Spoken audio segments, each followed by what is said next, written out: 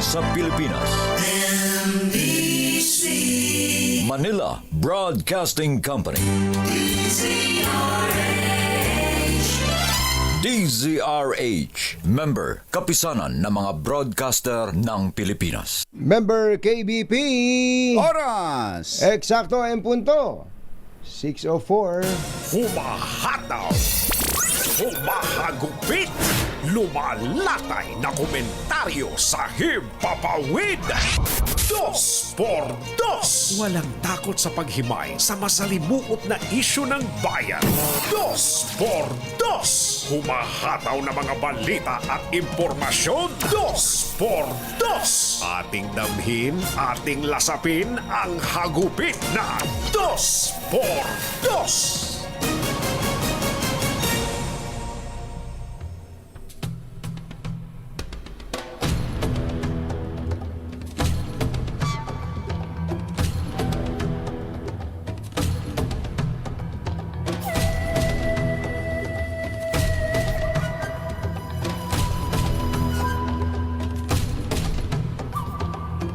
Kinumpirma ng Pangulong Bongbong Marcos Jr.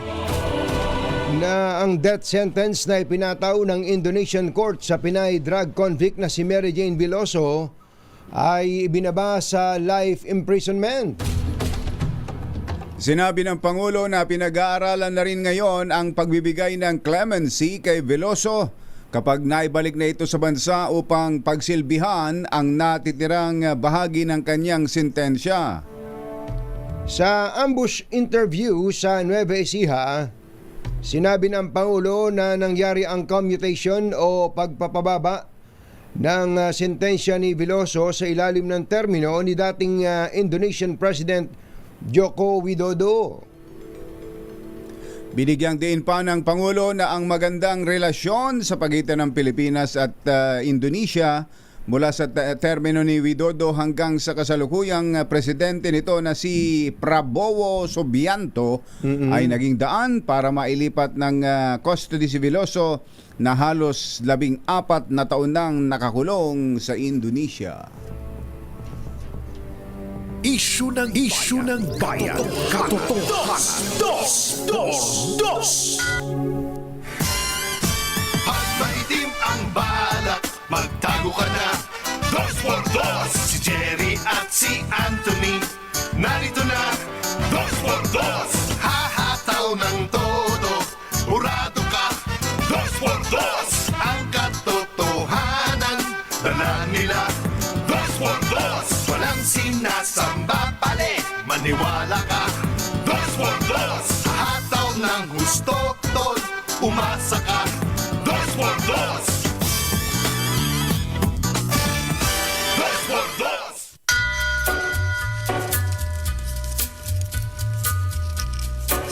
Hi. Maganda morning. Magandang umaga, bayan! Bayan! Ito po si Anthony Taberna. Ito po si Jerry Baha. Muli pong sumasa inyo ang 2x2 sa umagang ito ng Friday! Yuhuu! Totoong Friday.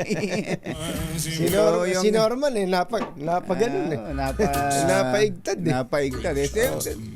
Di ba? Sabi nga namin may ibang sipa kapag talagang Friday. Talaga Di naman. ba, Sir Randy Sakay? Aba. Yan sa Philippine Heart Center. Kumusta ba ang puso mo, Sir Randy? Ay, talaga namang Malinis ang puso. Malinis. At iba pang mga empleyado dyan sa Philippine Heart Center na maagang-maaga pa lang. Marami dyan kumbatsero tulad ni Sir Randy Sakay, nanggagaling pa ng Antipolo. Layo. Maagang bumibiyahe.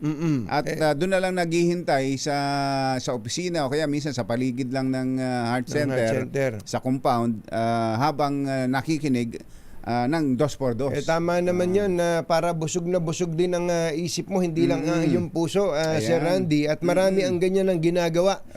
Mas maigi daw pong madaling araw umalis ng bahay kahit pa nga alas 8 ang pasok para hindi masabay sa karamihan. At doon na lang kumbatsero sa opisina nila, medyo nagpapainin.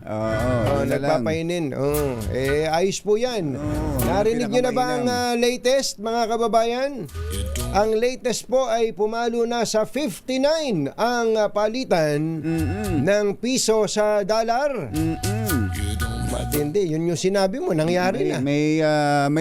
May kinalaman ba si Donald Trump dyan? Mukhang may kinalaman pa rin si Donald Trump. Sabi dito sa pahayagan, peso hits new low of 59 as Trump 2.0 boosts dollar. Yun. Yun na. At iba pang mga currency sa buong mundo ay dumapa. Dumapa dahil sa lumakas po ang dolyar. Ang Bitcoin Ano ay latest? pumalo na naman sa new all-time high. Ano ito? New all-time high? New all-time high. Tito Vlogs, Tito Gilbert Lazaro. Ang panibag kahapon ay pumalo na naman sa panibagong all-time high na 98,942 98. Grabe. per Bitcoin. 98,000? $942. So, Dollars po yan. malapit nang mag 99,000? Malapit na sa yung 100,000 Grabe, no? kumbatsero. Swerte pala yung mga nakapag-alaga lang ng nakapagbangko lang ng nakapagtabi lang ng Bitcoin. Nakapagbudega. Nakapagbudega, tama. Yun Yung sa ang pala maba- termino doon. Yung nasa mababa pa lang, pinabayaan na lang muna doon. Diyan lang yan, diyan lang yan, diyan lang. Oo. Yung mga hindi nila kailangan. Pero baka lalo naman kayong madali ng mga crypto scam. Ang daming scammers ngayon. Dahil dyan sa pagsipa na yan ng Bitcoin, ang Ethereum ay humahabol din kumbatsero ngayon. Biglang kahapon naiwan siya. Biglang sipa ang Bitcoin, naiwan ang Ethereum at ibang altcoins. Nung maghahapon na biglang sumipa rin ang ang tingnan mo yung mga candle ng Ethereum ngayon, no? Yung kahapon lang, Magkano?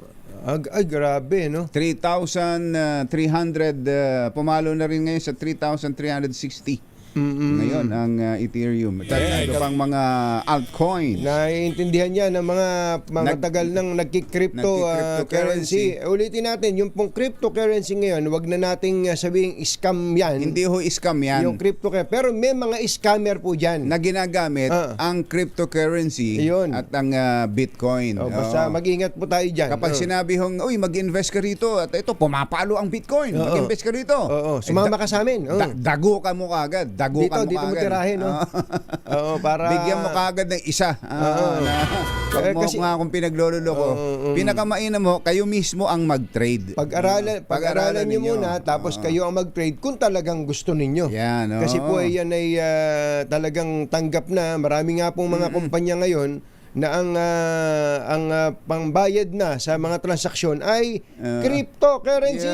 Jerry Baja at Anthony Taberna sa 2x2 sa DZRH. Narinig mo ba si Idol Rafi Tulfo? Oh, bakit? Kung paano niya binoljak ang National Irrigation Administration habang ipinagtatanggol ni Senator Amy Marcos ang budget ng ahensya. Ang tindi Hindi ko napanood yun. Merong binabanggit. Kahapon ba yan? Mga 2 days ago, kumbatsero. 2 days ago. May binabanggit na dam na ginawa ang NIA. Tapos nakuhanan daw ng larawan ng kanyang mga staff sa Rafi Tulfo in action. Ayan, May pinakita daw na larawan. Na sira-sira na yung kagagawa pa lang na dam. Ay, ganon. Oo. Tapos sabi naman ng mga taga NIA through Senator Amy dahil sa plenary na to. Hindi, may Sa budget hearing. Hindi, may picture din tong mga taga NIA. Ito maayos naman yung Hindi, sinungaling yan. Ang totoo itong staff ko. Antindi talaga nung idol natin. Idol! Mm-mm. Yung tao mo pwedeng paniwalaan yung picture nung ibang government agencies. Ba't hindi na lang kayo sabay-sabay na magpunta ron? Yun para nga. malaman ko sino nagsisinungaling. Ang sabi yun nga sinabi ni Senator Amy Marcos, kaya't magpunta na lang tayo doon. Oo. Tapos yung NIA, pati kayo. Oo. Hindi! Ano gusto niyo sabihin? Sinungaling tong mga tao ko? Oo, mag-a-accept tayo ng panahon ng Senado para antindi talaga ni Idol. Idol talaga, kumbachero. Ginawang programa sa nung nagyayana ng joint na inspection ang NIA, tayo sumapunta tayo. Hindi. Ayaw na. Ayaw na. Mamaya po, kinokontak po namin si Senator Raffy Tulfo. Doon mo malalaman kung sino talaga, kung ang gusto mo at hanganap mo ay totoo. Nang magkaalaman. Sige, tara! Tara. Punta punta tayo. natin. Ngayon na. Hindi. Ano tingin mo sa mga tawa ko? Doon pa lang, pag-iisipan mo na kagad. Iba talaga to si Idol. Idol talaga. Parang sa hearing lang ayaw umattend sa hearing. Nakakailang imbita na, ayaw umattend. Anong ibig sabihin nun? Ayun. Hindi maipaliwanag. Hindi kayang ano tawag doon, i-justify kung ano yung mga pinagagawa nila, lalo na tungkol sa pondo ng bayan. Talaga. Yun lang yun malalaman mo na kagad kung doon pa lang talaga, punta tayo. Hindi mo na kailangan ikaw na meron, hindi mo na kailangan sumami. Hindi na. Kung talagang tutuloy at hindi na kailangan ituloy. Doon pa lang alam mo na. Ay, nako po, nanang ko po. Kaya dapat yung ating mga kababayan, huwag kayong mabilis na mapalundag. Yung bang, ang tapang talaga, ang tapang. Yan talaga ang buti na lang naging senador. Huwag kayo masyadong napapalundag ng mga ganon. Pakinggan nyo po yung sinasabi niya, kilalanin nyo po siya at saka nyo i-check kung totoo yung sinasabi para bago po kayo maniwala. Ang problema kasi ngayon, kumbachero, mukhang ito na ang bagong paradigm, nag-shift yung paradigm, kung sino yung unang nagsalita. Kung sino yung unang nagsalita, yun na ang nagsasabi ng totoo. Parang ganun ang dating. Ganun. Kapag ka nagpaliwanag na yung inaakusahan, kahit na totoo yung paliwanag ng inaakusahan, wala na, naunahan na siya. Bakit po nangyari yan? Tanungin niyo po sa Raffy Tulfo in action. Ang mga kumbatsero ng bayan, Katunying at Ka-Jerry. 2x2. Doon po sa mga kababayan natin dyan sa Barangay West Crame, San Juan City. Uy, meron daw hong gagala-gala dyan. Hindi ho flying voter ang hanap niyan, ha? Hindi ho flying voter. Pero mamimigay din ng pera. Mamimigay din ng pera. Dahil dyan ang ating Pasko Panalo agent naglilibot sa Barangay West Crame, San Juan. Ayan. Friday ngayon, baka kayo iswertehin. Lakasan ang inyong mga radyo at ang inyong mga telebisyon para kayo'y manalo. Ayan. At kumusta kaya ang ating bagong border sa House of Representatives? Si Attorney Zulaika Lopez. Sana naman nakatulog siya ng maayos. Dahil sa may jet lag pa yan May jet lag. Kung nadalhan siya ng yung paborito, meron tayong kumbatsero yung paboritong unan. Tama yun. Di ba? Si Ikaw man siguro tama ka. Hindi yung basta may unan dyan, hihigan mo na lang. O kaya kumot. May paborito kang kumot. Meron tayong paboritong kumot na yung pag dumantay pa lang sa balat mo parang nahihimbing ka na kagad.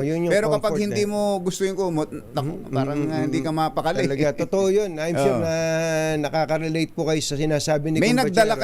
nagdala kaya ng ganun kay Attorney Zulaika Lopez. La la lu la la lu la la lu lu lu. Kuya Jerry Labasan, tama yung nahulaan mo. Yan ang ating ilalabay. Oras po natin, achi, ahya, Mr. Jalamtang, Lakyam Chapwehun, 6:18 ng umaga, ACS Balita. Susunod na! Ang balitang ito Balitang makatotohanan, balitang maaasahan. ACS Balita. Walang makakaligtas, walang makakalampas. San mang sulok ng kapuluan, Luzon, Visayas hanggang Kamindanawan. Basta't may balita, ipagwagwagan ng sikat na tagapagbalita. ACS Balita. Kasama ang 2x2 tandem Anthony Taberna at Jerry Baha. ACS Balita. Ang programang ito ay hatid sa inyo ng ACS Manufacturing Corporation, ISO certified, maker of world-class quality Pride detergent. Sa ulo ng ating ACS Balita, Pangulong Marcos may maagang pamasko sa mahigit 2,000 magsasaka sa Pampanga. Mahigit 200 milyong pisong pagkakautang burado na. Pangulong Bongbong Marcos pinangunahan naman ang groundbreaking ng pinakamalaking integrated solar and battery storage facility sa Nueva Ecija.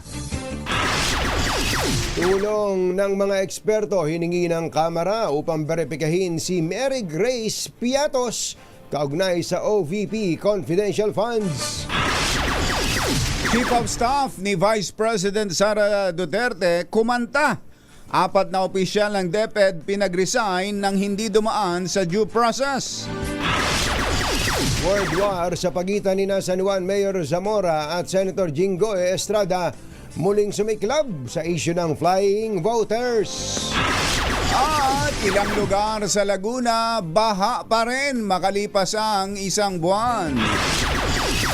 Magandang umaga, Luzon, Visayas at Mindanao. Good morning, Philippines. Hello, world. Kami po ang inyong mga tagapagbalita. Ito po si Jerry Baha. Ito po naman si Anthony Taberna. At ito ang... ACS Balita. ACS Good News. Unahin natin ang ACS Good News. Nagbigay ng maagang pamasko si Pangulong Bongbong Marcos sa higit 2,000 magsasaka sa Pampanga matapos mamahagi ng Certificate of Condonation with Release of Mortgage at Certificate of Land Ownership Award sa mga benepisyaryo ng Agrarian Reform Program. Sa pagtanggap ng naturang sertipiko ng mga magsasaka, sinabi ng Pangulo na ang mga benepisyaryo ay libre na sa kanilang pagkakautang. Ibig sabihin, burado na ang mahigit 206 million pesos na pagkakautang ng mga magsasaka sa Bacolor, Pampanga na inaasahang makatutulong para mapagaan ang kanilang pasanin sa harap ng sunod-sunod na bagyo sa bansa. Kabilang sa nabura sa mga pasanin ng magsasaka ay ang amortization interest at iba pang bayarin na nakakabit sa mga lupang sinasaka ng mga ito sa matagal na panahon. Simula ngayon, pinapawalang bisa na po natin ang inyong utang sa lupang ipinagkaloob sa inyo sa ilalim ng reformang agraryo. Isa pa ito sa talaga na ating mga layunin. Isang hakbang ito upang pagtibayin pa ang sektor ng agrikultura at matulungan na may angat ang antas ng pamumuhay ng ating mga magsasaka. Patuloy ang pamahalaan sa pag-iisip ng mga makabagong paraan upang lalong mapaunlad ang sektor ng agrikultura. Ang magandang balita Laging mula sa tulong yan, ha? Pangulong Bongbong Marcos. Di ba napasigaw ng maya pa ba kung mga kabalen? Gising na kayo. Hapon na yata yun. Kaya pagod na yung mga magsasaka. Kasi nanggaling pata sa Nueva Ecija. Gusto na matulog. Oo, yung Pangulong Bongbong Marcos, maagang malamang maagang pinapunta yung mga farmers yan. Pero it's worth the wait. Isip-isipin mo. Yeah. Oo, yun ang inaala-alala mo. Baka ikaw ay baka mahila yung properties mo. Ngayon wala ka nang iintindihin. Lalo na po itong mga sa amortization condonation. interest na yan. Yun! Ayos. Alas 6:28 ang ating oras. Ito yung mas naunang pinuntahan ng Pangulo. Pinangunahan ni Pangulong Bongbong Marcos ang groundbreaking ng Meralco Terra M-Terra Solar Project. Itinuturing na pinakamalaking integrated solar and battery storage sa buong mundo. Sa kanyang talumpati, binigyang din ng Pangulo na ang landmark projects ay maglalagay sa Pilipinas sa mapa bilang isang leader sa renewable energy. Iginit din ng Pangulo ang kahalagahan ng solar project na inaasahang makapagsusupply ng kuryente sa higit 2 milyong kabahayan sa Luzon at mababawasan ang carbon emissions kapag gumana na ito sa loob ng 3 taon. This project will energize over 2 million households and reduce carbon emissions by more than 4.3 million metric tons annually. To put that into perspective, it is the equivalent of removing 3 million gasoline-powered cars from our roads. Decisive action towards helping address global warming and climate change. Naman dahil lang sa sinag ng araw Hindi, no? 2 milyong kabahayan ang masusuplayan. At saka yung carbon Kailangan emission, natin. para daw nagtanggal ka ng 3 milyong sasakyan. Oo. Taon-taon sa kalsada. Dahil doon sa Iba talaga. produkto. Iba talaga. Iba talaga ang renewable Yan, energy. sana suportahan nating lahat yan, ano? At sana naman talagang bumaba na ng gusto ang presyo nitong mga solar panels na ito.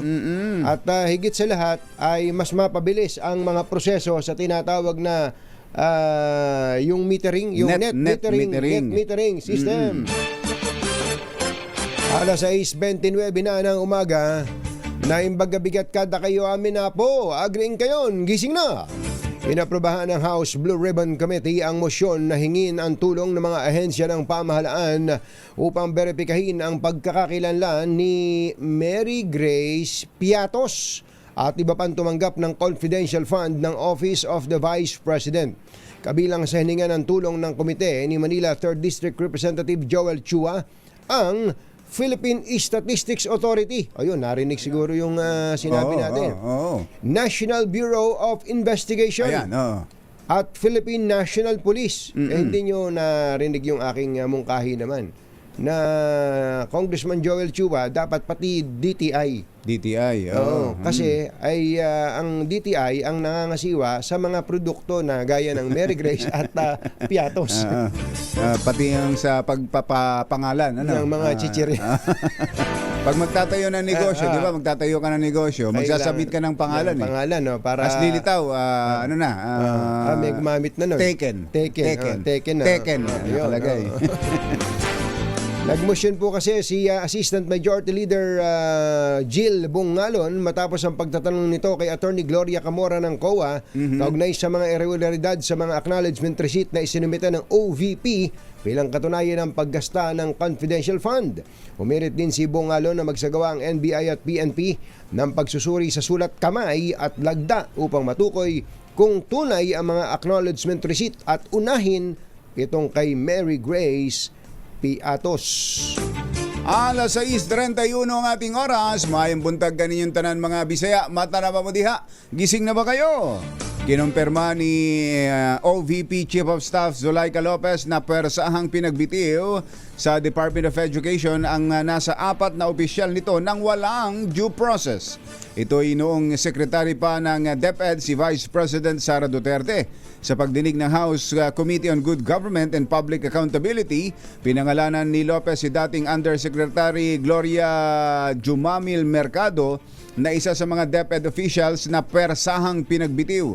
Kwento ni Lopez, inutusan siya ni VP Sara na tawagan si Mercado at sabihan na nawala na siya ng trust and confidence dito. Isiniwalat din ito na walang natanggap na kopya ng reklamo, resolution o patawag para sa hearing si Mercado. Bukod kay Mercado, kasama rin sa mga persahang pinagbitiw sa DepEd sina Yusek Chris Ablan, Assistant Secretary Christopher Lawrence Arnuco at Undersecretary Jose Arturo Brady de Castro. Alas 6:32 ng umaga, maupay nga aga, mga kasangkayan, mga kabugtuan, mata na kamo, gising na! Muling sumiklab ang world war sa pagitan ni Senator Jinggoy Estrada at San Juan Mayor Francis Zamora. Itinanggi ni Zamora ang aligasyon ni Estrada na may mahigit 30,000 flying voters sa lungsod na kinaalarma ni Jinggoy dahil kung totoo ito ay wala ng pagkakataon ng ibang kandidato na manalo sa San Juan City. Sa panayam ng DZRH, sinamo ni Mayor Francis Sijinggoy na patunayan ang kanyang akusasyon. Tiwala rin ng alkalde na hindi niya kailangan ng flying voters para manalo dahil sa maayos ang kanyang pagpapatakbo sa San Juan. Hampa ni Mayor Zamora kay Jinggoy, magre-resign siya at hindi na tatakbo sa darating na eleksyon kapag napatunayang totoo ang aligasyon ni Jinggoy. Antindi, Ngunit kung mabibigo ito, ay dapat siyang mag-resign bilang senador. Obo. Matindi Waka mo nga sa tenga. matindi ang bangayan dyan sa San Juan, ha? Talaga naman. Samantala, 1 buwan na ang nakalipas pero lubog pa rin sa baha ang ilang lugar sa Laguna dala ng bagyong Christine. Sa barangay De La Paz sa Binyan, gumagamit pa rin ng mga bangka at makeshift na tulay ang mga residente para sa kanilang pag-iikot. Bukod dito, baha pa rin ang ilang bahagi ng Santa Cruz dahil pa rin sa mga nagdaang bagyo. Ayon sa PDRRMC, partikular na nakaranas ng ganitong senaryo ang mga komunidad na malapit sa Laguna Lake. Ayun, nga pala. Para sa mga residente, hindi na ito bago para sa kanila dahil noong mga nakaraang taon ay dumanas na rin sila ng ilang buwang hindi humuhupang baha makalipas ang bagyo. Alas 6:34 ng umaga, susunod! Tito Boy! Naku, yun daw mga nakakalap na ebidensya sa hearing ng Blue Ribbon ng House of Representatives ay baka gamitin na para ipa-impeach si VP Sara. O, ganon? May grounds na daw para ipa-impeach si VP Sara. Ganon? Yan at iba pa sa pagbabalik ng ACS Balita. alas 6:34 ng umaga. Ang balitang makakaligtas, walang balitang makakalampas, saan mang sulok ng kapuluan. ACS Balita! ACS Balita! Ang programang ito ay hatid sa inyo ng ACS Manufacturing Corporation, ISO Certified, maker ng world-class quality Pride Detergent. Hi, hi, hi! Maganda morning! Ano bang araw today, kumbachero? Today is Laundry Day Friday. Yuhu! At pag Laundry Day Friday, all you need is Pride Washing Machine Detergent. May triple stain away formula kaya tanggal ang makapit, madikit, malupit na dumit mancha kaya easy ang labada.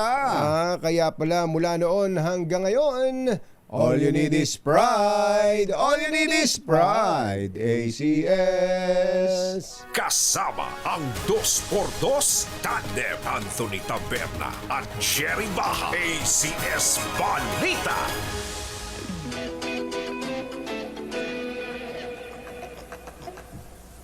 Masamang tao lang ang takot sa dalawang to. Kaya kung maitim ang balak, Magtago ka na!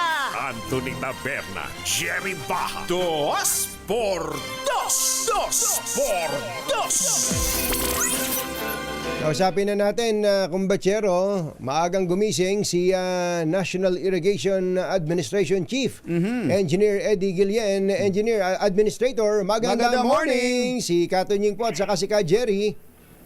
Alam mo, Katunying, Ka Jerry, magandang umaga po. Magandang umaga po. Opo. Inikutan nyo ka baka agad yung Dam. Bulo Dam? Sa DRT San Miguel, Bulacan. Ay, last year pa po yun.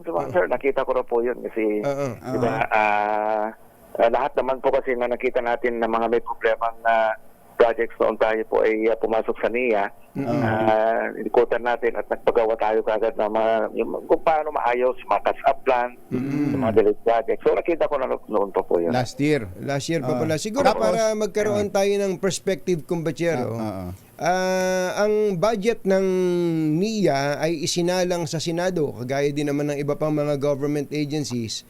At muntik na itong hindi maaprobahan. Muntik na itong mag-filibustering itong si Senator Raffy Tulfo dahil sa kanyang sinasabi na gumastos daw po ng 50 million pesos ang NIA para kumpunihin itong dilapidated na Bulo Dam, pero nung daw pinictura nung kanyang mga staff nitong November 7, sira-sira pa din, Administrator. Okay, unang tanong, totoo bang as we speak, sira-sira, dilapidated pa rin ang Bulo Dam, kagaya po nung mga larawan na ipinapakita po ni Senator Raffy Tulfo doon po sa Senado? Hindi po. Katunayan po ito. Ito po ay nagpapatubig ng around 400 hectares po at ang nakikinabang ng mga farmers natin dyan sa ngayon ay mahigit mga 300. So nakakadalawang cropping pa nga po sila dyan sa isang taon. Oo. Hindi, pero bakit may ano yung mga picture May na mga picture pinapakita daw na ipinakita. kinuhanan nung kanyang mga mapagkakatiwalaan daw na at hindi nagsisinungaling na mga staff niya? Yun nga po yung ating gusto ni paliwanag, Sir. Kaya sabi ko po doon sa hearing, po pwede. Actually, last year pa po yan doon sa Blue Ribbon. Sabi ko sana isama ang DPWS, magsama kami ng team para once and for all po makita yung mga concern ng ating senador. Oh. Kasi tayo man po ay gusto nating maayos lahat yung mga problema. Pero yung mga yan naman po ay ginagawa natin, tinatrabaho naman po natin. So, sinasabi po namin sa kanya na tingnan po natin. Tsaka may mga pictures yan, katulad po nung sa Kalunasan Dam, yung Makalelon. May mga pictures po sila na hindi naman po doon sa dam natin. Ganon. So Ganon? nagpapakita ng picture yung si Senator Raffy Tulfo na kuha daw ng kanyang mga staff na hindi naman pala doon sa mga mismong dam na pinalilitaw nilang may problema? Oo po, yung Bulo Dam po, kaya ko nang sinabi ko, ay nag-ooperate naman po At totoong nasira nga po yun nung panahon yung may Typhoon Carding. Carding. Mga anong taon ho yun? Bago po ako pumasok. Pero pina-repair po naman natin sa contractor, nakasama doon sa kanilang warranty. So, ginawa naman po ng contractor, nagamit naman po natin. Oh, hindi. So yung picture, baka picture. nung bago nagawa, Baka po, kasi po, nung bago ako pumasok, may mga problema po talaga dyan. Baka yung picture po nung bago ako pumasok, yun po yung... lumang picture. Administrator, ang sinasabi at walang kakurap-kurap na sinabi ni Senator Tulfo na kakukuha lang daw po nung staff niya noon, nung November 7 dapat po kasi may may yung sa Geotag. Geotag. Pwede mag-Geotag po para naman. Katulad nung sa, yung sa Makalelon, yung pong binigyan na picture, yun po yung TARP project 20 years ago. Hindi naman po yung project namin mismo sa Makalelon Dam. 20 years ago? Kaya po nung last year, kasi yung Solbeck Dam, di ba yun yung issue ng Blue Ribbon din. Sinasabi po namin na hindi, nung pumasok ko, pinapast track ko na yan, patapos na po yan. Yung mga before na pictures po ang Kaya, maalala niyo po yung Solbeck Dam. Last year, in-integrate po ng ating pang. Hindi, ito po, administrator. Di may pinapakita siyang picture. Ngayon, may pinapakita naman daw, may gusto kayo ipakita ng picture. Sabi niya, hindi, Photoshop lang yan. Sinungaling yung mga tao ninyo.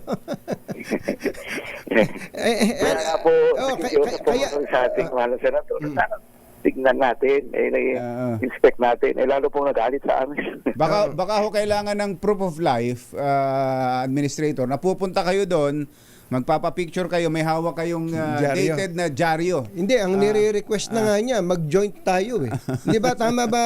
Hindi, ayoko niyan. Magkakabistuhan. Hindi pwede yan.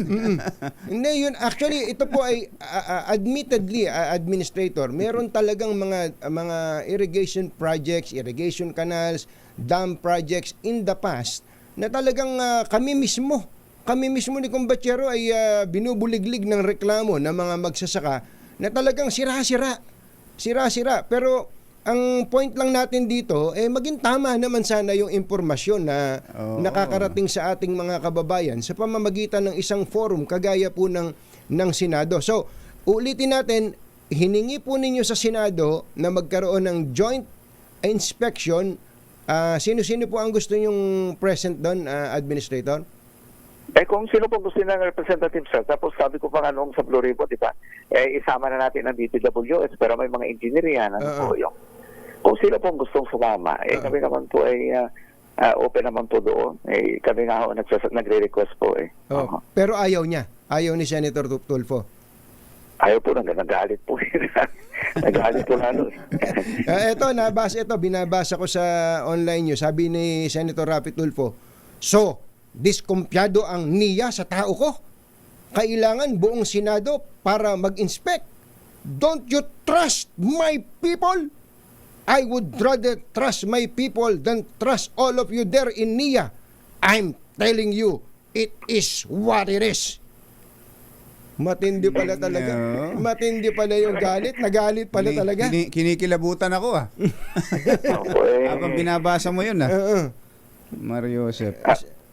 Alam mo naman po tayo, sabi ko nga po, hindi naman tayo lumalabo. Katulad po again yung last year, yung itong Solbec Dam natin, pinipilit ko namin sinasabi na hindi tama yung nandun na picture, ganun din po nagagalit. So, ang ginawa namin, yung pina-inaugurate na lang po natin sa ating Pangulo para makita nila nagtapos naman po talaga. Hindi kaya concerned lang din tayo kay Senator Raffy Tulfo. Senator Raffy Tulfo, tinatawagan din po namin kayo. Hindi kaya niloloko din kayo ng mga tao nyo? At kayo'y masyado kayong naglalagak ng sobrang tiwala sa tao ninyo. At hindi sinasabi sa inyong lumang picture na po pala ito, Senator. Ayun, Senator Raffy, concerned lang kami sa inyo kasi ilang beses na kayo para tumindig din si Senator para tindigan ng husto yung report sa kanya ng mga tao niya. Grabe, di ba?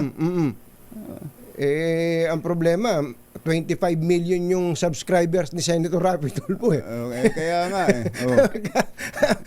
kahit na 10 lang dyan ang magpunta dun mismo sa lugar at kuna ng picture yan at kuna ng video, mapapahiya si Senator dyan. Pero objectively, kumbachero, ito mukhang kailangan talagang magpunta doon ng maraming tao. Sabay-sabay silang magpunta doon para makita. Kung nagsisinungaling ang taga-NIA, ang taga-NIA ang managot. Kung nagsisinungaling ang mga tao ni Senator Raffy Tulfo, aba naman, ano dapat gawin?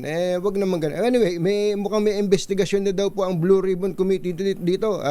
Sir, ano pong masasabi ninyo? At kami naman po, welcome naman po yan para at least ma-explain po natin yung ating side.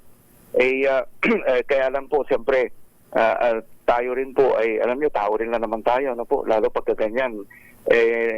Kinaumagahan yan nung budget hearing namin, nag-send yung anak ko ng news clipping sa akin, parang ang laki na ng anuman niya sa niso. Nasasaktan din naman po tayo. Nagtatrabaho naman po tayo. Although kaisa tayo ng ating mahal na senador sa kanya, advocacy siya para sa magandang good governance, pero parang helpless ka naman pagka gano'n nakakasama rin ng loob. Tao lang naman po tayo. Opo. Yung pong binabanggit niya ba na 50 million pesos na ginamit pagkumpune, saan po ba niya pinulot? Meron ba talaga kayong ginastos na 50 million para po i-repair itong dam tapos sira pa din daw? Ang buong context kasi ng lagi sinasabi ng ating mahal na senador, yung gusto ko lang namin ipaliwanag kasi lahat po ng budget ng GOCC ay MOOE, Maintenance and Other Operating Expenses. Yan po kasi ang classification sa GAA. So ang tingin niya kaagad, pag budget namin, kahit, di ba sabi po niya, hindi pa nga tapos, meron na kayong maintenance.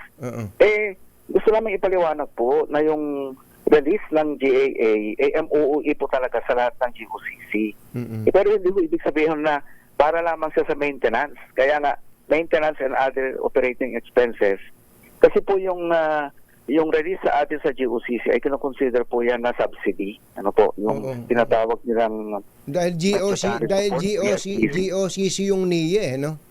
Opo, kaya nagkakamali po siya doon So, yung pong pilit namin pinapaliwanag ng Dory po, ito, kagaya ho na ito, pwede naman niyang tanungin ng DBM. O bakit nga naman maintenance ang release yung sa NIA? Hindi naman pala maintenance hindi naman pala yan. Pwede naman pong gano'n. Hindi yung, siyempre pagdating nga naman sa sasabihin mo, NIA, hindi pa tapos yung project mo, may maintenance ka na.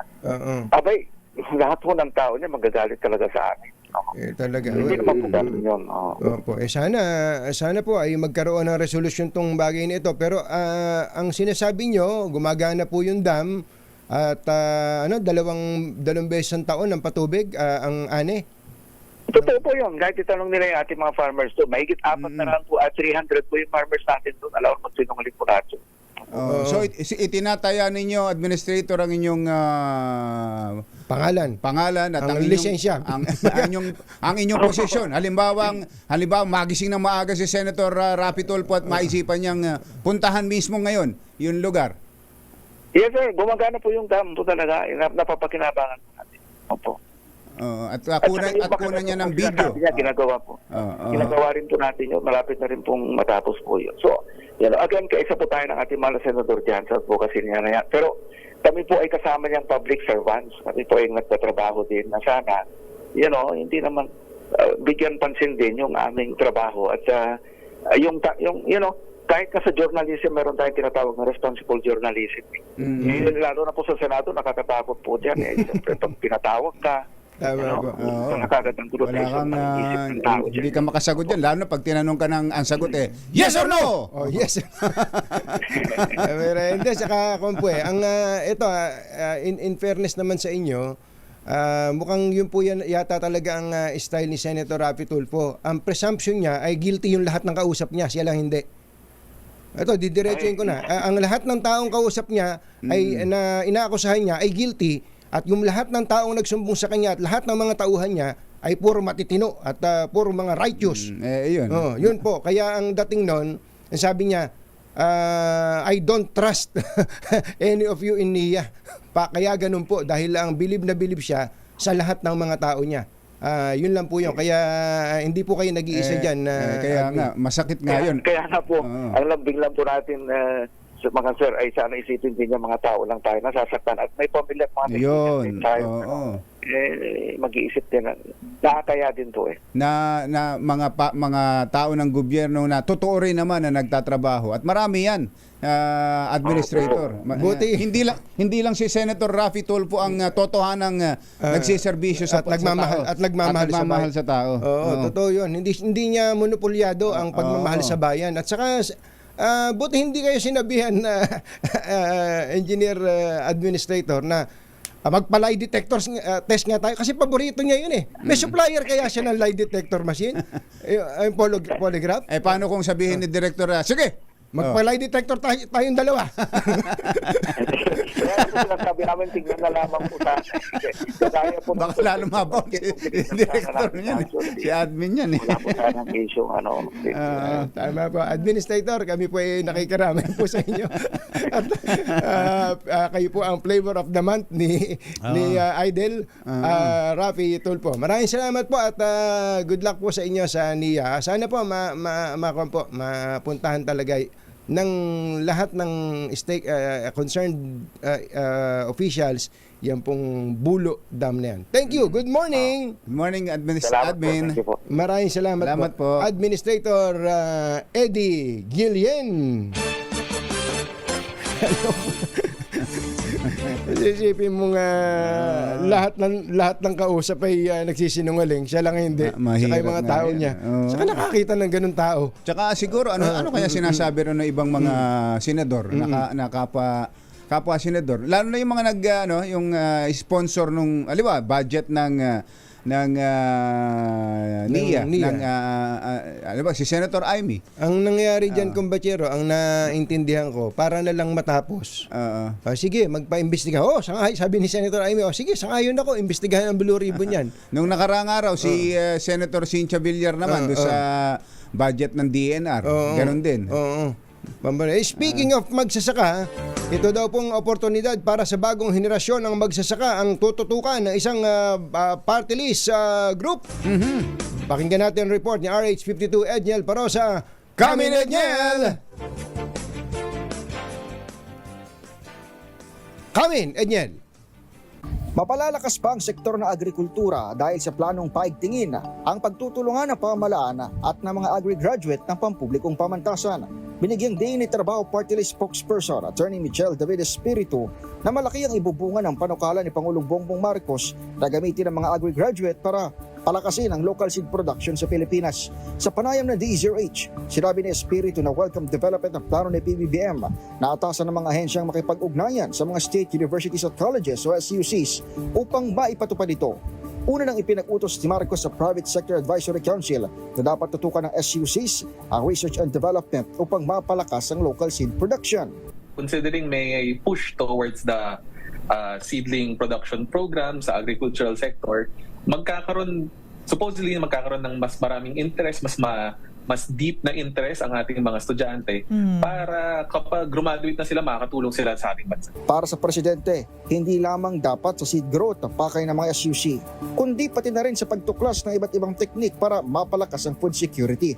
Naniniwalang tagapagsalita ng Trabaho Party List na mapalalawig din ang interes ng publikong sektor ng agrikultura upang mapaunlad ito ng mga manggagawang Pilipino para sa mas nakararaming Pilipino. Ito si Edniel Porrosa, nag-uulat para sa DZRH. Una sa Pilipinas, una sa Pilipino. Nagatid sa kabuuan ng ating ACS Balita. Ito po si Anthony Taberna. Ito po si Jerry Baha.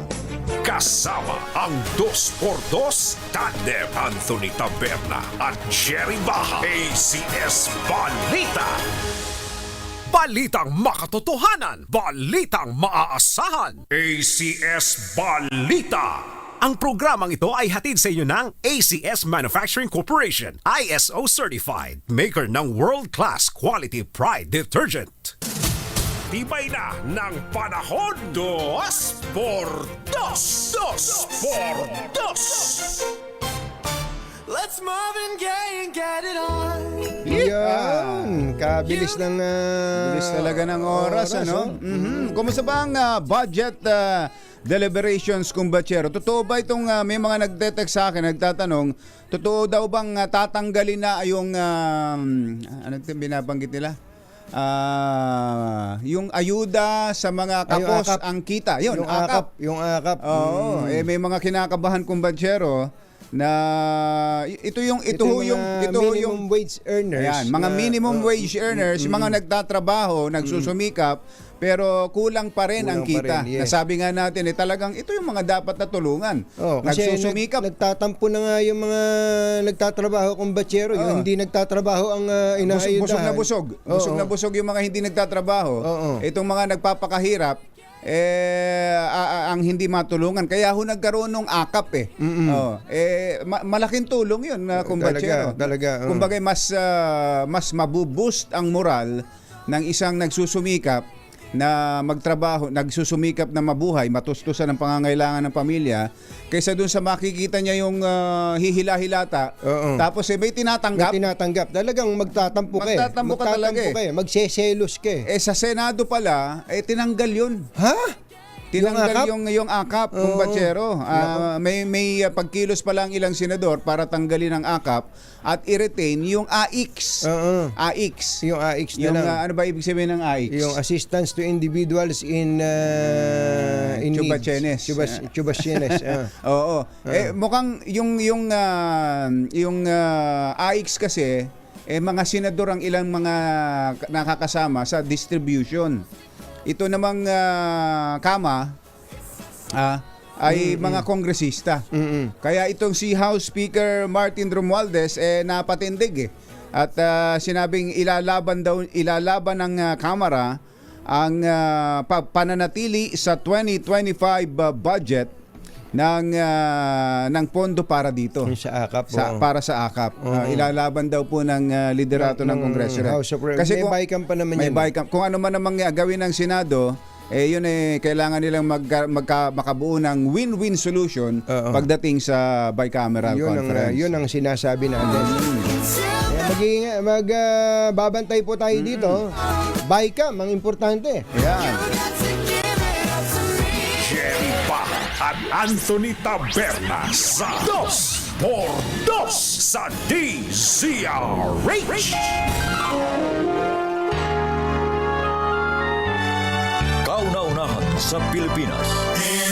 NBC Manila Broadcasting Company. DZRH, member, kapisanan ng mga broadcaster ng Pilipinas. Member KBP. Oras! Kapopoy. House Secretary General Reggie Velasco. Oras po natin, 4 na minuto na makalipas ang 7 ng umaga. Balitang bagong-bago. Balitang dapat alam mo. Balitang magdadagdag ng talino. Dahil bagong impormasyon, makibalita. Unang-una sa DZRH. Pangunahing balita. Kasama ang 2x2 tandem nina Anthony Taberna at Jerry Baha. Mainit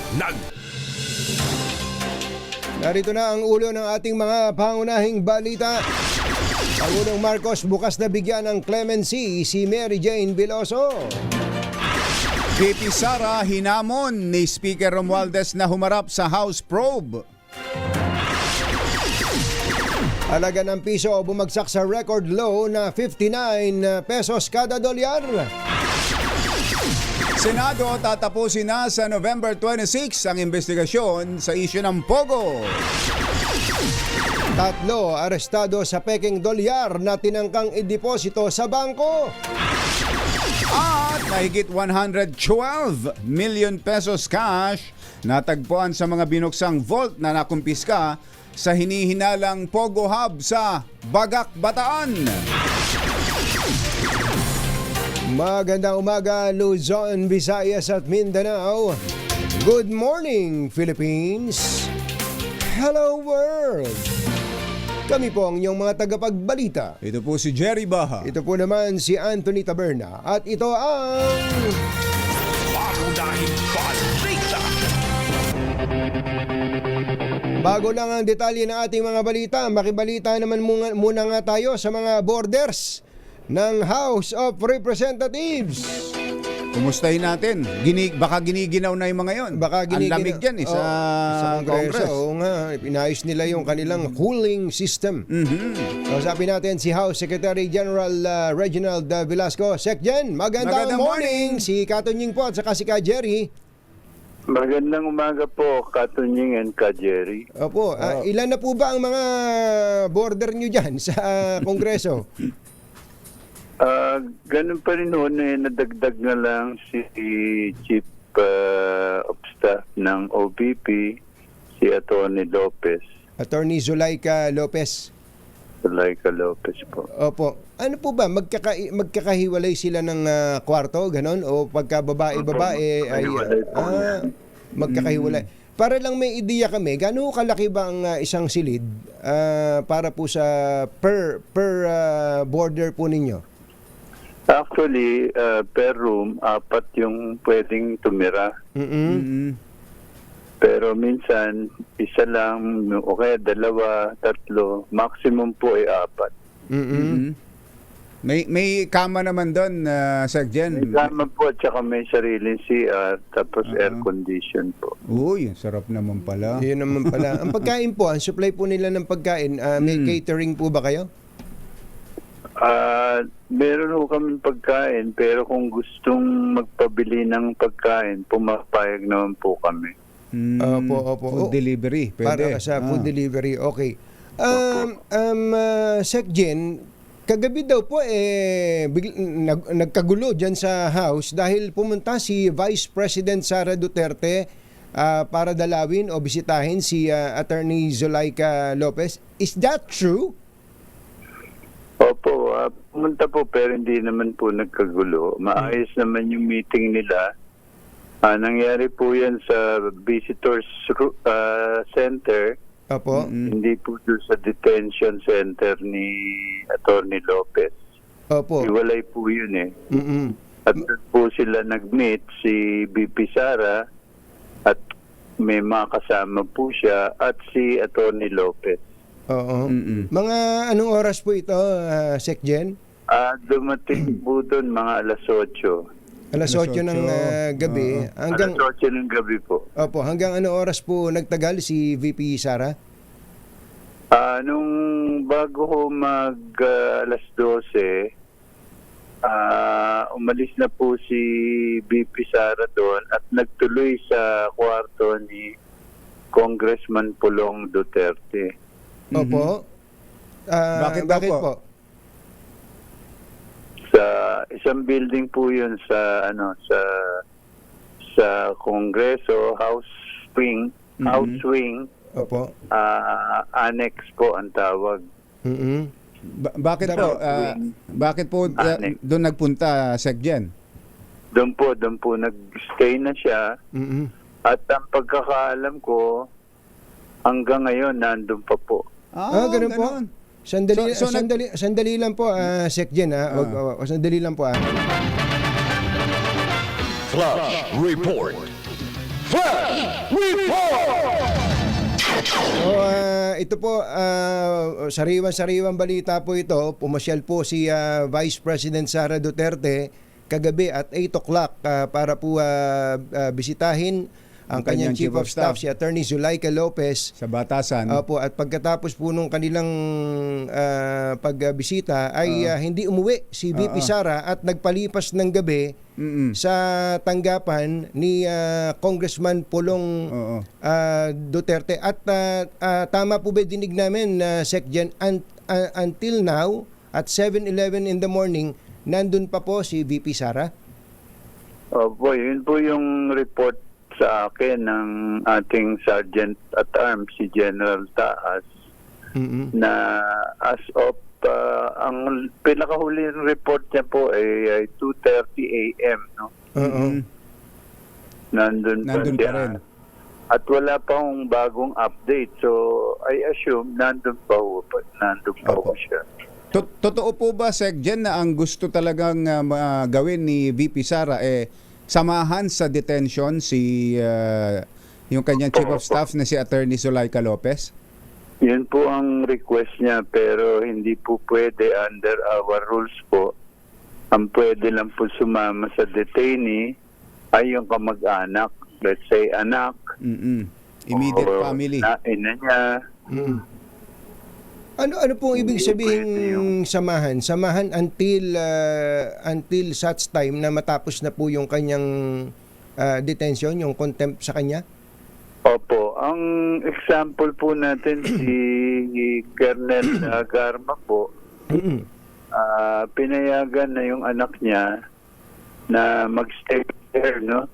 Kasi nga, sabi ni Colonel Garma, wala hong mag-aalaga na parang nanay. So, merong parang yung anak niya ay special child po. Opo, yun po naiintindihan po yun. Pero dito po, anong binibigay na katwiran ni VP Sara? Bakit niya kailangang samahan yung kanyang Chief of Staff? Hanggang sa 25, hanggang sa November 25. Hanggang Lunes. Opo, yun nga po ang hindi namin maintindihan kung bakit at sasamahan niya raw po at dadalaw siya araw-araw, no? Kung kinakailangan para masamahan ng kanyang Chief of Staff. Ang next hearing po kasi ng Committee on Good Government ay sa Monday. Opo. At yung citing contempt naman ni Attorney Lopez, yung pagka under custody niya ay hanggang Lunes po. Tama. Si Attorney Lopez po ba, Sec Gen, ay nangangailangan ng special na attention o special care? Baka may health issues po siya, health condition. Baka po gano'n at baka nagre-request po ng gano'n si Attorney Lopez. Well, ang sinabi niya lang po ay mayroon siyang sakit sa likod kaya nagre-request siya ng PT, yung physical therapist. Oo. So, physical therapist ang request ni Attorney Lopez? Opo. Tapos yung sumulat naman po si VP Sara na kailangan daw po bantayan si Attorney Lopez dahil meron pa po itong ibang karamdaman. At yun naman po minomonitor ng ating medical team, no? Regularly sa umaga, sa hapon at sa gabi. So meron pala siyang official communication letter request, Sec Gen? Opo, sumulat siya sa chairman ng Committee on Good Government. Sinabi niya na kailangan niya ng physical therapist. Para dun sa problema niya sa likod. Tapos sa iwalay na sulat, sinabi naman ni VP Sara na may mga iba pang karamdaman tong si Atty. Lopez. Na kaya katulad na pagkahilo, pagsusuka, tapos hindi daw makatulog. So, yun yung minomonitor ng ating medical team. Opo, yung po ba yung pong mga binanggit po niya na yon na karamdaman nabanggit din po ba niyang one of the reasons kung bakit gusto niyang samahan si Attorney Zulaika Lopez doon po sa detention? Opo, isa po yung dahilan. Aha. Secgen, first time humangyari ito na ganyan na may pupunta diyan Vice President. Pwede ho ba 'yon tinatanggap po ba 'yon o allowed po ba 'yon under sa mga panuntunan ng House na doon magpapalipas ng gabi sa opisina ng isang kongresista? Ang hindi kongresista. Opo, pwede naman po yun, basta wag lang doon yung kasama yung detainee. Kaya pinaghiwalay ho sila nung malapit pong mag-alas 12, naghiwalay na sila ni Atty. Lopez. At nag-decide naman tong si Pipi Sara na magpahinga, magstay doon sa opisina ni Congressman Pulong Duterte. Pero si Congressman, wala ho doon. Report po, nandun pa rin siya hanggang ngayon. Nandun pa rin po. Si Kong Pulong po ay wala doon. Hindi ko lang ho alam kung nandun or wala. But usually po, wala ng congressman by that time. Po, saka walang session kahapon eh. Ano po? Wala akong session kahapon, saka being a Thursday. So, baka nga wala si Congressman Pulong. Mabutit na buksan. Opo, baka may susi. May duplicate. Baka may susi. Baka binigyan ni General Taas. May susi yan. Kasi hindi naman po makakapasok yan. Paano ho kung gustong mag-stay ni VP hanggang sa Monday na diyan sa Kongreso, sa Batasan Complex? Ayan po ay pag-uusapan ng Committee on Good Government kung ano po ang magiging policy dyan, kung if the Vice President will decide to stay there until such time that the contempt against the attorney, Tony Lopez, will be lifted. Nakalagay kasi sa contempt order hanggang Monday po. Opo, tama po yun. So buong weekend na to no? Buong weekend. So kung nandun po siya sa opisina doon po siya nagpahinga, nagpalipas ng gabi ng magdamag sa opisina ni Congressman Pulong, pwede naman po siyang tumawid-tawid doon sa detention area nitong si Attorney Lopez, Secgen?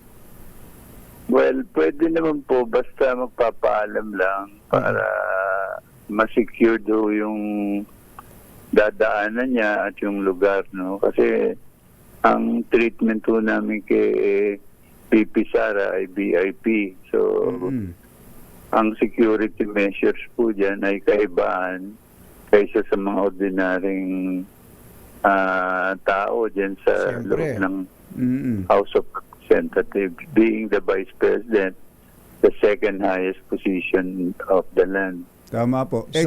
Gaano po karaming security ang kasama ni VP dun sa Batasan ngayon? Ang report po sa akin, merong mga 10 pong kasama.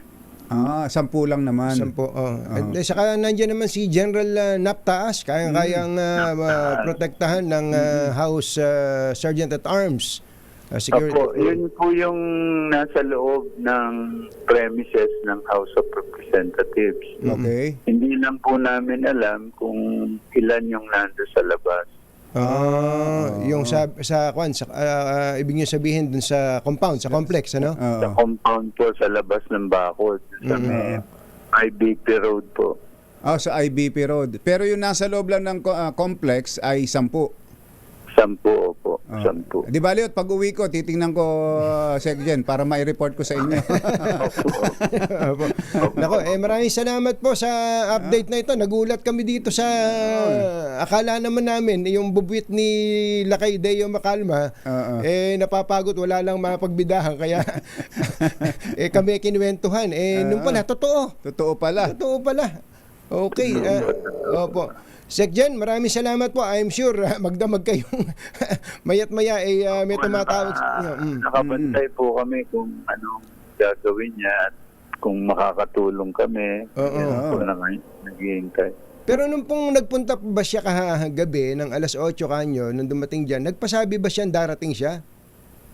Opo, tanghali pa lang may advance party na. May advance party na. Meron naman pala. Sinabihan na ang security namin na darating na si BP Sara, wala lang oras. Opo.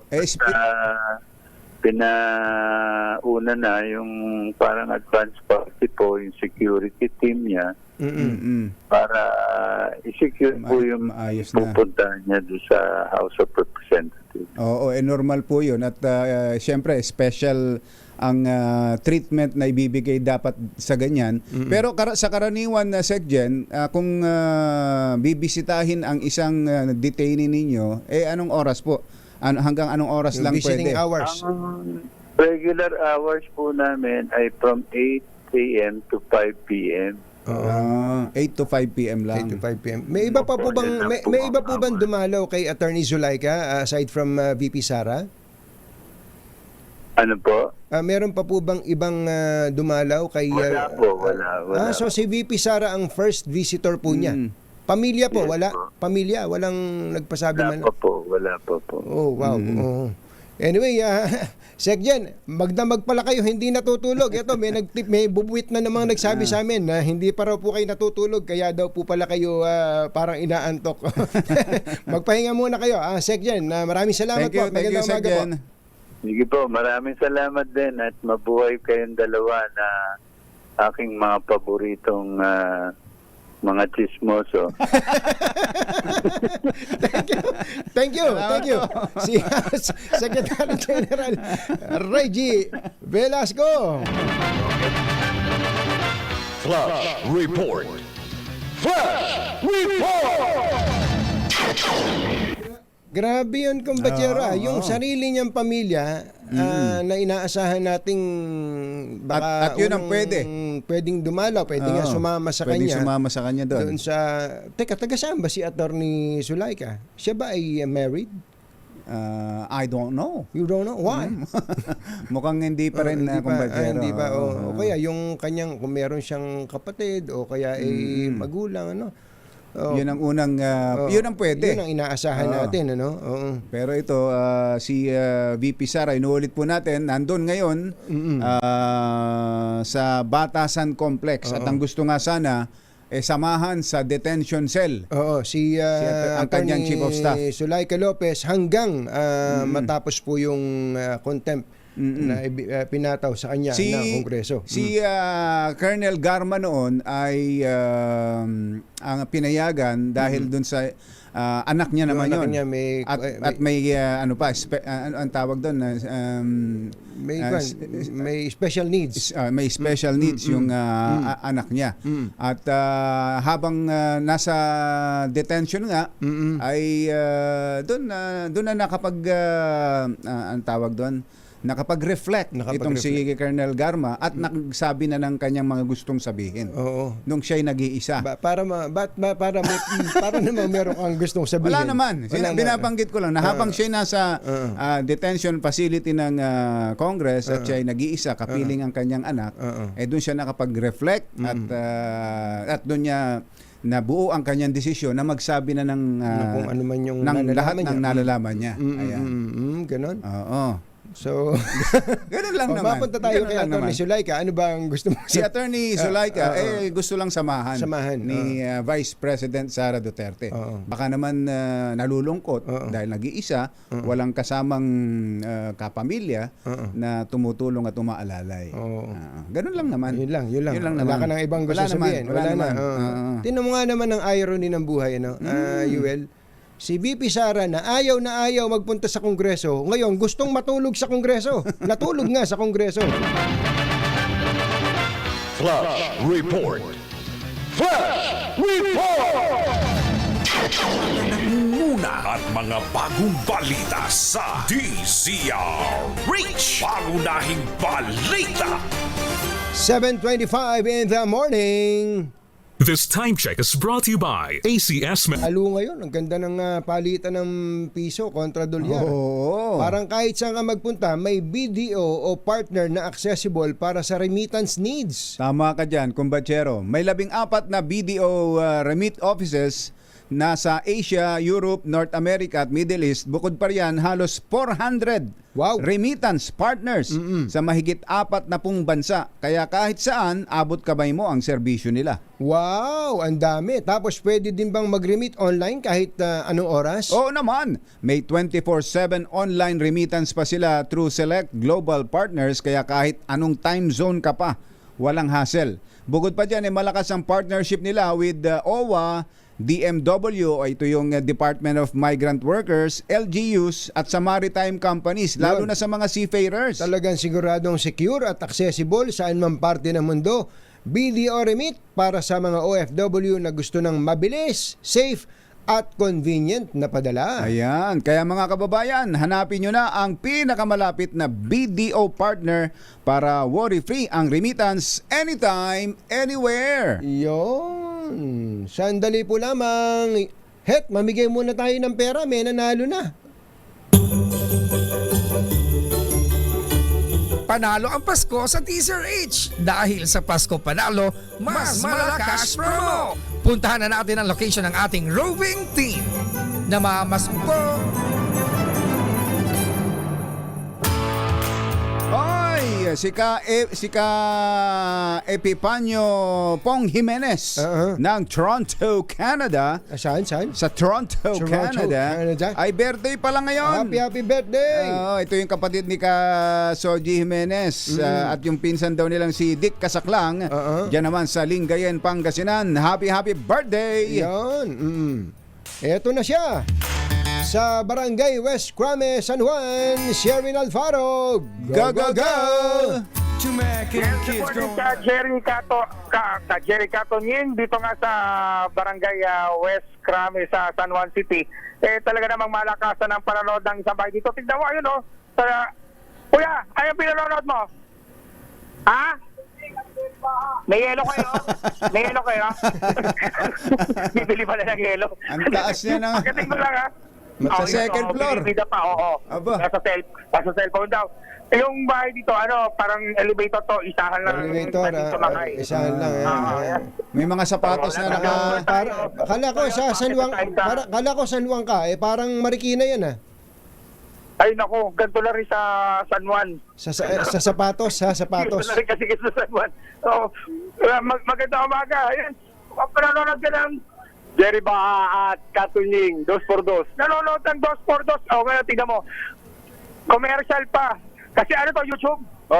YouTube to. YouTube. Commercial. Ang laki ng TV, ha? Ayun. Nandito, tignan mo, pagka sila gusto manood ng TV, sila yung mihiga-higa lang, Higa-higa lang ng konti. Siyempre, pag nandito ka sa bahay nila, nakahigapat no si Sherry, no? Baka makatulog ka diyan. Electric pa. Nakahiga pa no. Tayo pa pare. Tayo pa pare. Bakit palagi kay Teaser siya nakatutok? Hindi, maganda yung mga issue kasi kagaya yung mga napapanahon. Ayun, ito Sara, tapos yung kay Mary Jane Biloso, maganda yung updated. Araw-araw. Pero hindi mo pa kami in-inform pangalan mo, kuya. Victor Bacos po. Victor Bacos. Sige, Victor, dahil palagi kang nanonood ng DSRH, at paborito mo, sinong paborito mo announcer pag umaga? Si Katunying, tsaka si Jerry Baha, maganda yung nila para mabalita talaga kagad, mga updated. Di ba, kapa-flash report lang, pero flash report. Kakala mo lang na nag-overnight si BP Sara. Oo, andun pala. Ako. Talaga ang gobyerno natin. Baka mga komentaryo. Nagulat. Ito, mas magugol ka, may 1,000 ka. Wow! Yun! Sir, thank you. Ayun. Tagaan yan. Salamat. At syempre, kapatid. Thank you, Ton. Kaming Diesel is Noche Buena, grocery basket yan para sa iyo. Oo, sa yan. Wow. Gulat. 1,000, meron ka pang grocery. Yung payong. Dahil ayaw namin nasa bahay ka, nahamugan ka, magkakaroon ka pa ng DCRH umbrella. Baka umabot sa electric fan o sa ceiling fan. Baka tamaan yung ceiling fan. Tumama tayo sa ceiling fan. Ato Nying, kapatid na Ato Nying, salamat. Ay, salamat, Tol. Thank you, Kuya Robert Bacus. Thank you. Victor. Sorry na. Kaya naman sa mga nais manalo ng 1,000 pesos laging tumutok sa DCRH. Susunod na winner sa DCRH Pasko Panalo Promo Aris number 6, Jerwin Batalzaro DCRH. Una sa Pilipinas, una sa Pilipino. Sumasabay pa kay Sir. Mga nangunguna at mga bagong balita sa DZRH. Pangunahing balita. Sherwin, hinahanap ka ng mga taga-Bacolod. Kailan daw ba mamimigay ng salapi ang DZRH sa Bacolod? Maraming pala tayong taga-subaybay dyan. Habang nag-iihaw ng chicken inasal.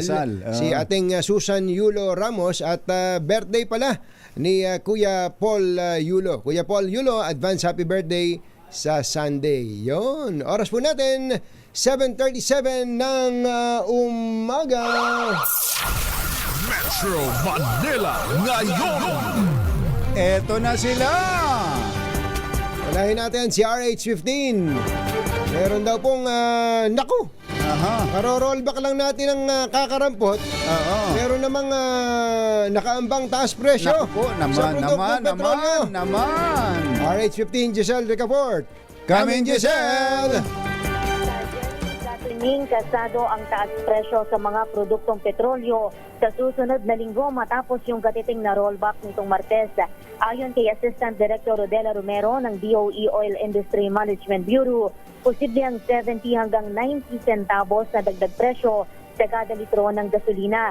Maaari namang maglaro sa 70 centavos hanggang piso sa diesel, habang 60 centavos hanggang 70 centavos sa kada litro ng kerosene. Sinabi ni Romero na itutulak ito ng tumataas na geopolitical tension sa Russia at panganib na magsara ang Russian oil refinery business dahil sa malaking pagkalugi at bumabang produksyon. Gayun din daw yung bali-balitang oil production outage doon naman sa Norway. Matatandaan na nito Martes nagpatikim ang mga oil company ng 85 centavos na rollback sa kada litro ng gasolina, 90 centavos sa kerosene at 75 centavos naman sa diesel. Ito si Giselle Ricafort para sa DZRH, una sa Pilipinas, una sa Pilipino. Thank you, Giselle. Samantala, ang PNP ay may nagpakita na ng ebidensya laban sa ni-raid na scam hub sa Maynila. Ito ba yung sa Century Peak Tower? Oo. Alamin natin, RH52 Edniel Parosa. Kami ni Edniel! Anthony, may nakita ng mga inisyal na ebidensya ang pulisya na magpapakita o makapagpapakita ng illegal na aktibidad ng kumpanyang Vertex Technologies sa loob ng sinalakay ng Century Peak Tower sa lungsod ng Maynila. Ayon kay PNP spokesperson Police Brigadier General Jean Fajardo, nakita sa paunang resulta ng nagpapatuloy na digital forensic examinations ang operasyon ng love scam at cryptocurrency scam gamit ang mga nasabat nilang mga IT equipment o gadgets sa loob ng gusali. Malinaw umano itong paglabag sa Securities Regulation Code na siyang pangunahing laman ng warrant na isinilbi ng Anti-Cybercrime Group noong October 29. Sa pulong balitaan sa Camp Crame, sinabi ni Fajardo, hinihintay na lamang matapos ang digital forensics bago tuluyang masampahan ng kaso ang operators at board of directors ng Vertex. Pakinggan natin si General Fajardo. Initially, I was informed na meron na po silang nakita ng mga ebidensya ng alleged and reported scamming activities at meron na po even yung mga cryptocurrencies which is really the subject po ng kanilang cyber weapons po na sinasabi na ito pong company, particularly the Vertex Technologies na nandoon po sa 23rd floor ng Century Peak Tower is engaged in love scam and cryptocurrency.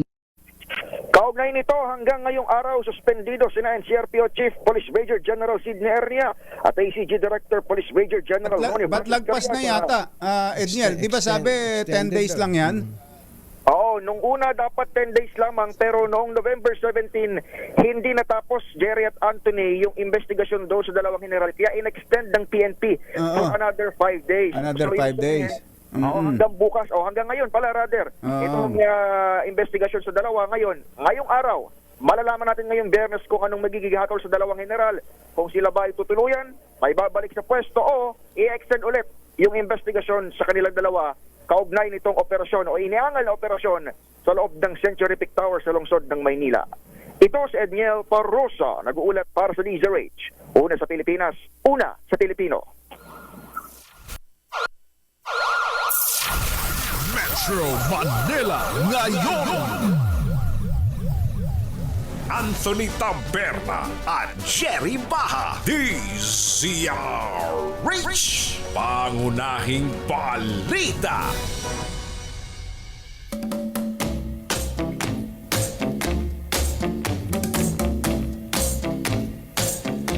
Ayun! Ay baka kailangan nyo nang magpalit ng bubong ng bahay ha? Buti na lang may bubong na maaasahan. Gawa sa state-of-the-art technology. May aluminum na. May pintura pa. Now available na rin sa pre-painted tile span. Para sa eleganteng bubong na matibay na makulay pa. Mag-Cherry Loom pre-painted ka na! Speaking of cherry, kumbachero. Kuyang Rommel Sitin, maganda morning. Maganda morning. Eco-friendly at advanced technology ba ang hanap mo sa sasakyan? Aba, subukan ng Cherry Tiggo 5X Pro Hybrid Crossover at Tiggo 7 Pro Hybrid SUV. Ang Cherry Tiggo 5X Pro Hybrid at Tiggo 7 Pro Hybrid ay mayroong 1.5 turbocharged na makina para sa mas swabing pagmamaneho. Talaga naman, gamit ang kanyang hybrid system na mayroong sariling baterya. Nabuboost nito ang performance ng makina at fuel economy. Mayroon din itong Apple CarPlay at Android Auto para sa mas swabing connectivity. At para hassle-free ang pagbukas ng inyong trunk, lalo na kung marami kayong dalang mga gamit na ikakarga, ang Cherry Tiggo 7 Pro Hybrid ay naka-power tailgate na. Aba, talaga namang swak na swak sa ang mga sasakyang ito para sa inyong out-of-town trips. Ang hybrid offerings na ito ng Cherry ay may kasama ring 5-year bumper-to-bumper o 150,000 kilometers na warranty. Alin man doon ang mauna, meron din itong free 3-year PMS at free 3-year roadside assistance. Kaya ano pa hinihintay mo? Subukan natin test drive mo na ang Cherry Tiggo 5X Pro Hybrid Crossover at Tiggo 7 Pro Hybrid SUV. Bisitahin lang po ang Cherry dealership na malapit sa inyo, kaya na may pasyalan ang cherryauto.ph. Yo! Cherry baby, mga nangunguna at mga bagong balita sa DZRH. Pangunahing balita. This time check is balita.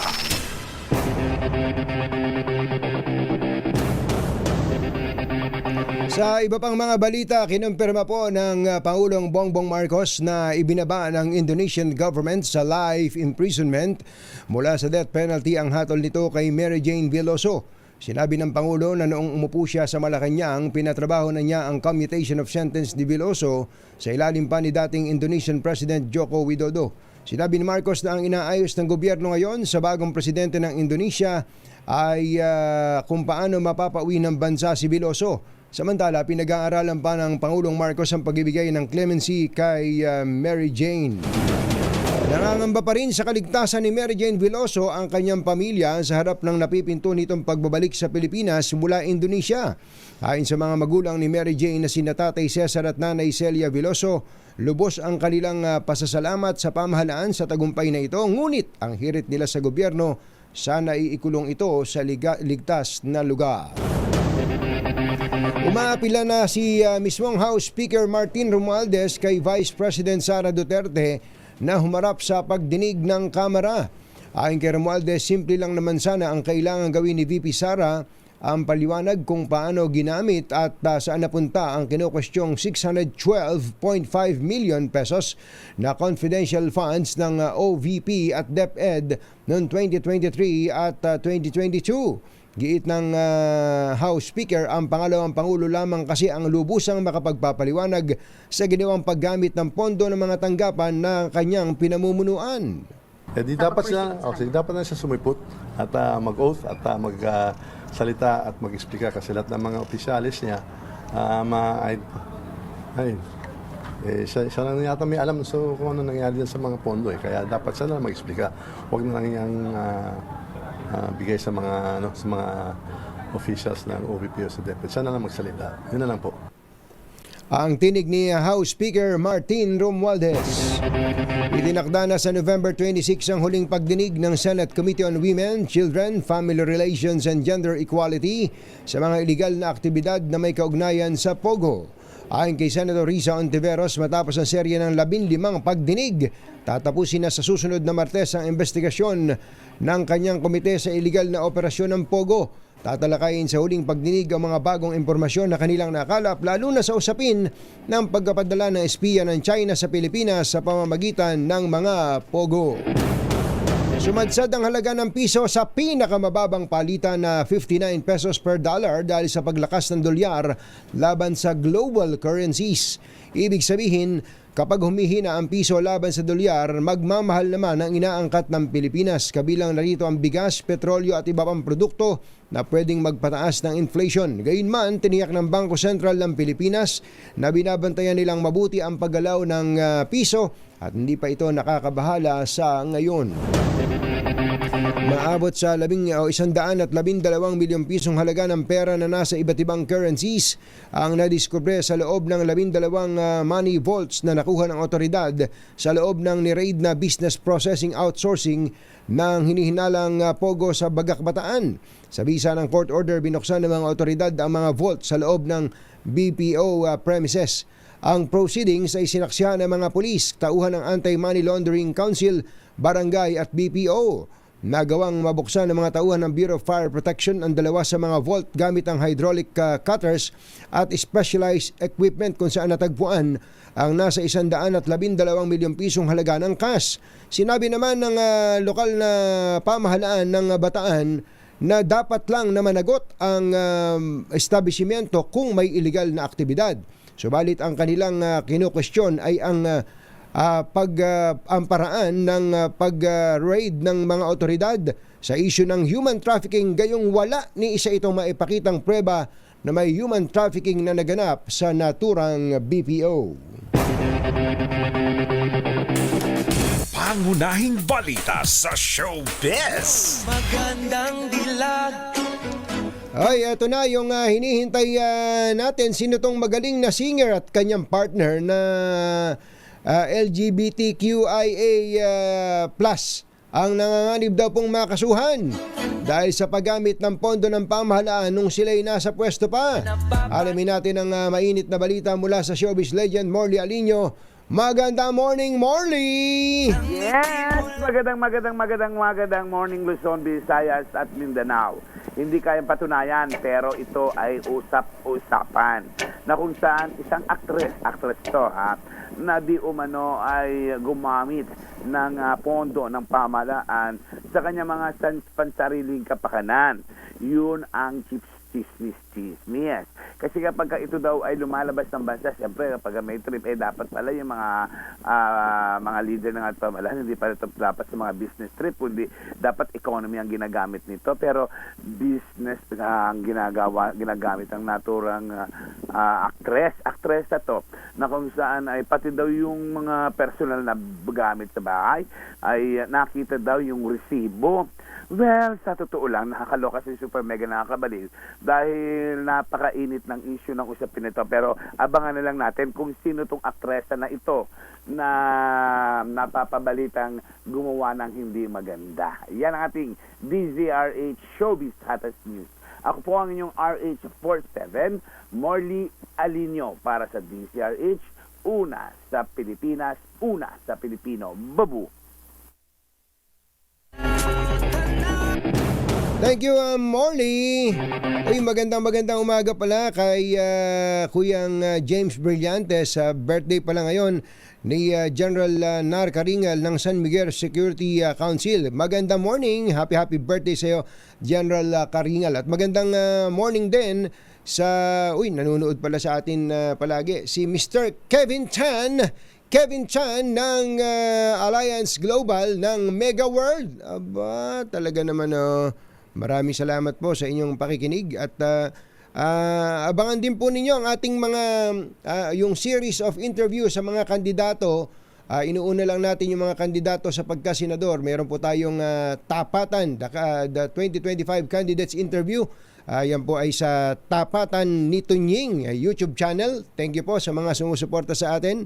At meron din tayong mga special features sa ating Tune In kay Tunying Live. Isyu ng bayan, katotohanan, 2x2. Pag maitim ang balak, magtago ka na. 2x2. Si Jerry at si Anthony, narito na. 2x2. Hahataw ng todo, urado ka. 2x2. Ang katotohanan, dala nila. 2x2. Walang sinasamba pali, maniwala ka. 2x2. Hataw ng gusto, tol, umasa ka. 2x2.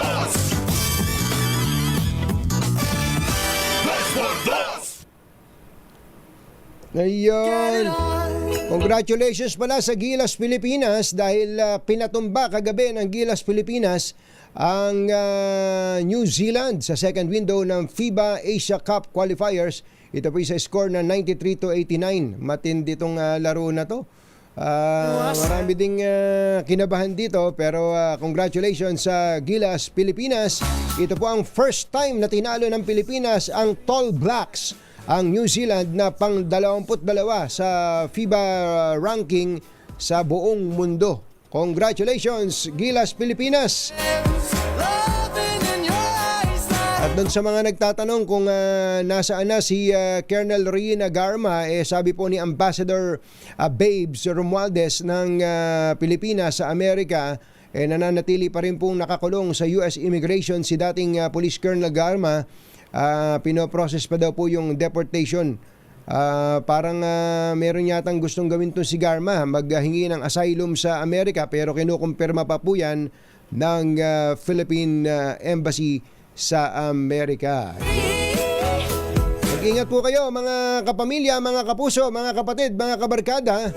Yung pong mga natatakot kumain ng McDonald's quarter pounder with cheese, sinabi po sa atin ni Mr. Ken Yang ng McDonald's Philippines na hindi daw po dito yon yung may E. coli issue. Sa Amerika lang daw po yon, ilang lugar sa Amerika. So ang problema ni McDo sa Amerika lang. Dito daw po sa Pilipinas, walang kaproblema pagdating sa sibuyas. Mukhang may supplier ng sibuyas na nagka-problema yung McDonald's USA Kaya nagkaroon ng E. coli